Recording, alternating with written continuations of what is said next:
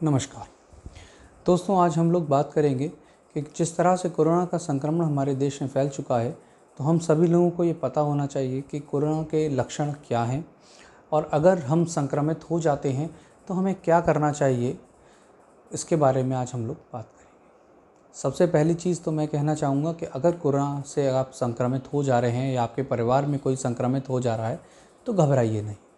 घबराना तो बिल्कुल भी नहीं है, पैनिक बिल्कुल भी नहीं करना है। तो क्या है कोरोना के लक्षण? सबसे पहला और कॉमन लक्षण है बुखार, फीवर।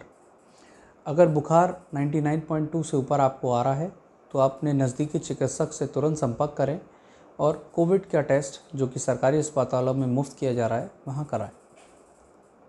दूसरा लक्षण है सूखी खांसी। खांसी के वक्त छाती में दर्द होना, सांस लेने में परेशानी होना, कुछ लोगों में लूज़ मोशन, दस्त, पेट में दर्द, उल्टियाँ, उनके साथ बुखार और आँखों में इन्फेक्शन, कंजक्टिवाइटिस इस तरह से भी प्रेजेंट कर रहा है। पर सब चीज़ों में सबसे कॉमन लक्षण है बुखार। बुखार को बिल्कुल भी नज़रअंदाज ना करें। इस वक्त जो कई लोग पेशेंट्स आ रहे हैं जो कि टाइफाइड का टेस्ट कराते हुए हमारे पास आ रहे हैं, तो विडाल टेस्ट जो होता है, विडाल टेस्ट कई वायरल इन्फेक्शंस में पॉजिटिव आ जाता है, तो वो कोविड में भी पॉजिटिव आ रहा है, तो उसे टाइफाइड समझ करके घर पे ना बैठें। कोविड का टेस्ट अगर बुखार आ रहा है तो सबसे ज़रूरी है, ज़रूर कराएं। बुखार आते वक्त आपको कुछ चीज़ों का ध्यान रखना बहुत इम्पॉर्टेंट है अगर आप कोरोना से संक्रमित हो जाते हैं। उन चीज़ों में सबसे पहले टेम्परेचर का नोटिंग, नंबर 2 पे ऑक्सीजन सेचुरेशन की मॉनिटरिंग। अब ऑक्सीजन सेचुरेशन को हम लोग कैसे मॉनिटर कर सकते हैं? ऑक्सीजन सेचुरेशन को हम लोग मॉनिटर कर सकते हैं फिंगर पल्स ऑक्सीमीटर से। फिंगर पल्स ऑक्सीमीटर एक डिवाइस है जो कि मार्केट में फ्रीली अवेलेबल है। कुछ इस तरीके की डिवाइस दिखाई देती है, ठीक है। इसको चेक करने का तरीका है, इसमें एक बटन है, ऑन करिए, पावर आएगी, इसको ओपन करिए, अपनी फिंगर को इसमें आराम से लगा दीजिए।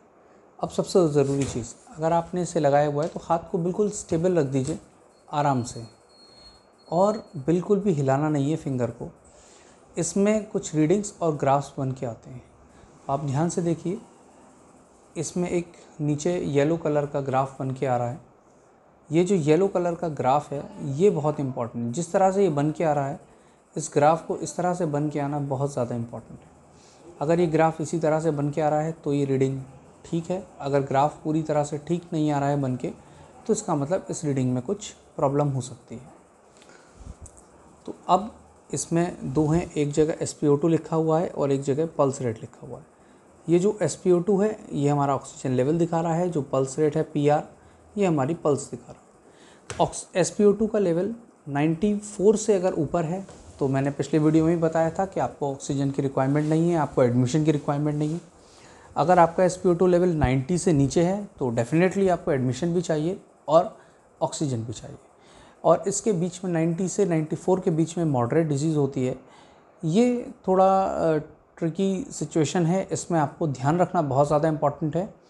ऑक्सीजन की ज़रूरत 92 के अगर ऊपर है तो ऑक्सीजन की ज़रूरत नहीं है, पर 92 के नीचे जा रहा है तो एक स्लाइट ऑक्सीजन सपोर्ट की ज़रूरत पड़ सकती है। इस चीज़ का ध्यान रखना बहुत इम्पॉर्टेंट है। इसके बाद में आपको जो करना है चीज़ें, वो मैं कहूँगा घर पे अगर आप होम आइसोलेशन में हैं, कोविड संक्रमित हैं, तो आप लोग सबसे ज़रूरी चीज़ स्टीम इन्हेलेशन, जिसकी कोई कॉस्टिंग नहीं है, कोई प्रॉब्लम नहीं है। स्टीम इन्हेलेशन 3 से 4 बार दिन में लेते रहें। इसके अलावा ब्रीदिंग एक्सरसाइजेस करिए, योगा करिए, मेडिटेशन करिए, पर घबराइए बिल्कुल भी नहीं। घबराने की कोई ज़रूरत नहीं है। अगर आप अपना ध्यान रखेंगे तो आप ठीक हो सकते हैं। सबसे ज़रूरी चीज़ यही है कि पहला लक्षण आते ही बुखार अगर आपको लग रहा है तो नज़दीकी चिकित्सक से तुरंत संपर्क करें। वो आपके कुछ टेस्ट कराएंगे, अगर उसमें कोरोना का संक्रमण मिलता है तो कोरोना की दवाइयाँ से स्टार्ट कराइए। ध्यान रखिए, ऑक्सीजन का ध्यान रखिए, स्टीम लीजिए, भाप लीजिए। पर अगर आपको कोरोना का संक्रमण नहीं लग रहा है तो जो आपके चिकित्सक को उसका कारण लग रहा होगा वो उसकी दवाई देंगे। पर घबराइए बिल्कुल भी नहीं, ध्यान रखिए, आप बिल्कुल ठीक हो जाएंगे।